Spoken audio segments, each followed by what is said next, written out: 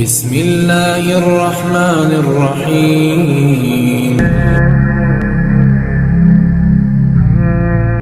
عزیزان محترم، وقت نکالیں اپنے لیے، اس مانوی ہجرت کے سفر کو شروع کریں ورنہ دیر ہو جائے گی۔ اور وہ جو آنے والا ہے وہ آپ سے آپ کی مانوی ہجرت مانگ رہا ہے۔ ایسے نہیں مدینہ چھوڑا امام حسین نے، سخت تھا امام حسین کے لیے مدینہ چھوڑنا۔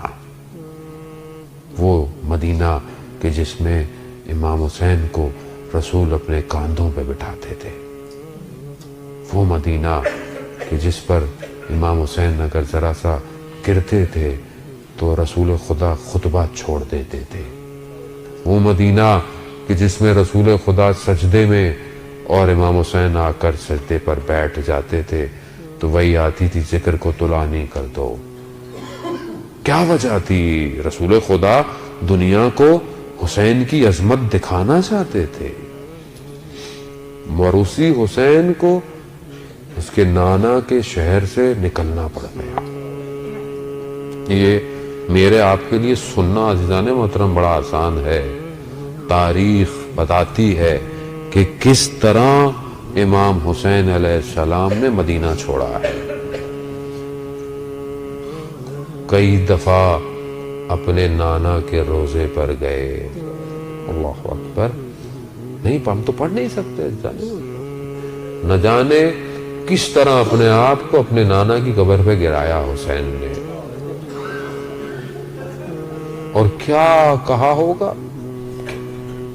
جملے آپ کے سامنے مقاتل کے اندر موجود ہیں، میں تو حال دل بیان کر سکتا ہوں کہ سوچیں امام حسین نے کہا ہوگا کہ میرے نانا کہ وہ مدینہ جس میں آپ نے مجھے سیر کرائی، وہ مدینہ جس میں آپ نے میری اتنی عظمت کو دکھایا ہوگا، آج آپ ہی کی امت نے مجھے مجبور کر دیا، نانا میں آپ کا شہر چھوڑ کے جا رہا ہوں۔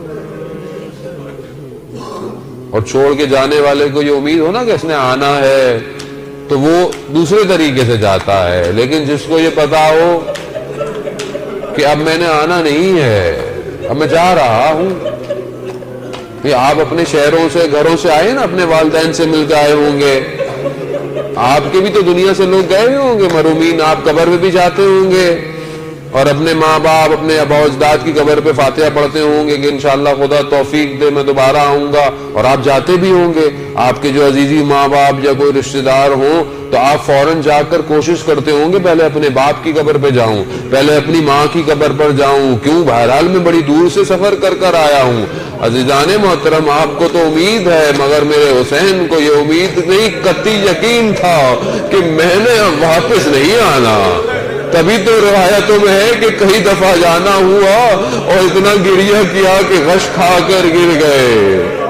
اللہ اکبر، اللہ اکبر، کس طرح میرے مولا اپنے نانا سے جدا۔ اور آپ کو تصور کریں ان قدموں کا چلنا، اس روزے سے چل کر واپس آنا گھر تک، تو شاید ہو سکتا ہے امام کے ذہن میں وہ سب رنگ اور سب بچپن کی تصویریں آنا شروع ہو گئی ہوں گی کہ یہ وہ وقت تھا، یہ وہی مدینہ تھا کہ جس میں جو ہے ہم گھر کے اندر موجود تھے اور دروازے کو جلایا گیا۔ اللہ اکبر، ارے کس طرح کیا کیا یاد آتا ہوگا حسین کو، کتنی اس گلیوں سے محبت ہوگی حسین کو۔ نہ جانے جب پوچھا بنی ہاشم سے گزرے ہوں گے تو کیا سوچا ہوگا۔ میری تو ہمت نہیں سادات ہونے کی وجہ سے کہ میں اپنی ماں کی مظلومیت کو پڑھوں۔ ارے کوئی اپنی ماں کی مظلومیت بھی بیان کر سکتا ہے۔ میں مولا سے معافی مانگوں گا، مولا میرے اندر طاقت نہیں وہ بنی ہاشم کے واقعے بیان کروں۔ ہاں نہ جانے کس طرح امام حسین آئے ہوں گے، اس گھروں میں آئے ہوں گے، وہ وقت بھی یاد آیا ہوگا، وہ مدینہ بھی یاد آیا ہوگا جب بھائی حسن کے بدن کو تیروں سے پیوست لائے ہوں گے، نہ جانے تیر نکالنا یاد آیا ہوگا، اور کتنے وہ لمحات جو اپنے بھائی کے ساتھ گزارے وہ بھی یاد آئے ہوں گے۔ اجرکم اللہ عزیزان محترم، رو لیجئے، 28 رجب ابتدا ہے کربلا کی، اب آپ کا رونا شروع ہو گیا۔ میں اور آپ تو آج رو کر چپ ہو جائیں گے، ارے یہ اہل بیت آباد سے اپنے گھروں سے جو گئے ہیں، نہ جانے کس طرح چہرے دوبارہ نظر نہیں آئے مدینہ کو۔ آج مدینہ جس علی اکبر کو دیکھ رہا ہے، اب وہ علی اکبر نہیں آئے گا۔ آج مدینہ جس عباس کو دیکھ رہا ہے، اب عباس نہیں آئے گا، اب قاسم نہیں آئے گا، اب جو گیا عزیزان محترم، اب خون آلودہ کرتے آئیں گے مدینہ میں۔ مدینہ والوں اب برداشت کر لو، یہ جانا آسان نہیں تھا اہل بیت کا، یہ بڑا سخت تھا۔ عزیزان محترم میں مفصل نہیں پڑھ سکتا، میں تیزی سے منازلوں کو طے کرتا ہوں۔ نہ جانے امام حسین آئے ہوں گے، کیا کیا کہا ہوگا، کس کس کو سمجھایا ہوگا، کس کس کو چھوڑ کر جا رہے ہوں گے، چھوڑنے والوں کو کتنا غم ہوگا، جانے والوں کو کتنی بے چینی ہوگی۔ کس طرح کاروان تیار ہوا، کاروان تیار ہوا، اماریاں لگی، اب ایک کو سوار کرایا جا رہا ہے، ایک ایک سوار ہو رہا ہے۔ میرا سلام ہو اس ثانیہ زہرا پر کہ جس کو اماری پر سوار کرنے کے لیے ایک طرف عباس ہے، ایک طرف علی اکبر ہے۔ نہ جانے کس طرح اپنی پھوپھی کو چڑھایا ہوگا، شان سے سوار کیا ہوگا، کس شان و شوکت سے میری بیبیاں محمل میں بیٹھی ہوں گی، کتنا پردے کا انتظام ہوگا، شب کی تاریکی ہوگی کہ کوئی دیکھ نہ لے ان سازانیوں کو، کوئی اس اہل بیت کی خواتین کو دیکھ نہ لے۔ نہ جانے کس شوق سے ارے چھوٹے چھوٹے بچے کاروان میں سوار ہوئے ہوں گے کہ نہ جانے ہم کہاں جا رہے ہیں۔ کتنی خوشی ہوگی بعض کو کہ ہم شاید کہیں اور جا رہے ہیں، شاید کوئی اور اچھی جگہ ہوگی۔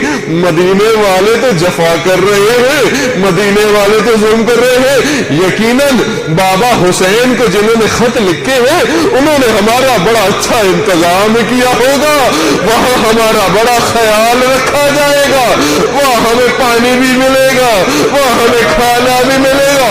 ہاں زیادہ یہ تو بچے تھے نا، ان بچوں کو کیا پتا، ارے ان بچوں کو تو عاشورہ کے بعد پتا چلا، ارے ہمیں کس نے بلایا تھا اور کیوں بلایا، ارے لٹ گیا کارواں۔ ارے اب وہ جو شان و شوکت کی سواریاں، ایک 28 رجب کو کاروان کا چڑھنا اور 11 محرم کو کاروان کا چڑھنا، اب کوئی کھڑا ہوا نہیں ہے کہ جو میری بیوی کو سوار کر دے۔ میری بیوی نے ادھر ادھر دیکھا تو ہوگا نا کہ علی اکبر کہاں ہو، عباس کہاں ہو، تو ہو سکتا ہے کہ مقتل میں لاشیں تڑپنا شروع ہو گئے، شاید علی اکبر تڑپ رہا ہو، عباس نہر کنارے تڑپ رہا ہوگا کہ میری بہن مجھے دیکھ رہی ہے۔ نہ جانے کس طرح میری بیوی ان سواریوں پر سوار ہوئی اور کس طرح گزارا گیا، مگر جیسے ہی یہ لشکر مقتل سے گزرا تو اب کیا دیکھا، میری بیوی نے اپنے آپ کو اس سواری سے نیچے گرا دیا۔ ایک بدن ہے کہ جس کے سر پر سر نہیں ہے، خاک میں اتنا لپٹا ہوا کہ کربلا کی ہوائیں اڑ رہی ہے۔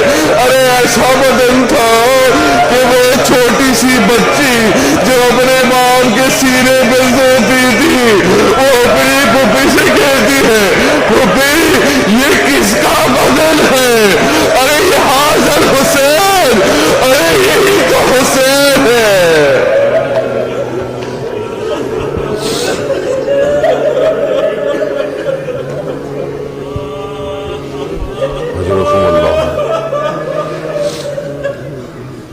الا لعنت اللہ علی القوم الظالمین وسیعلم الذین ظلموا ای منقلب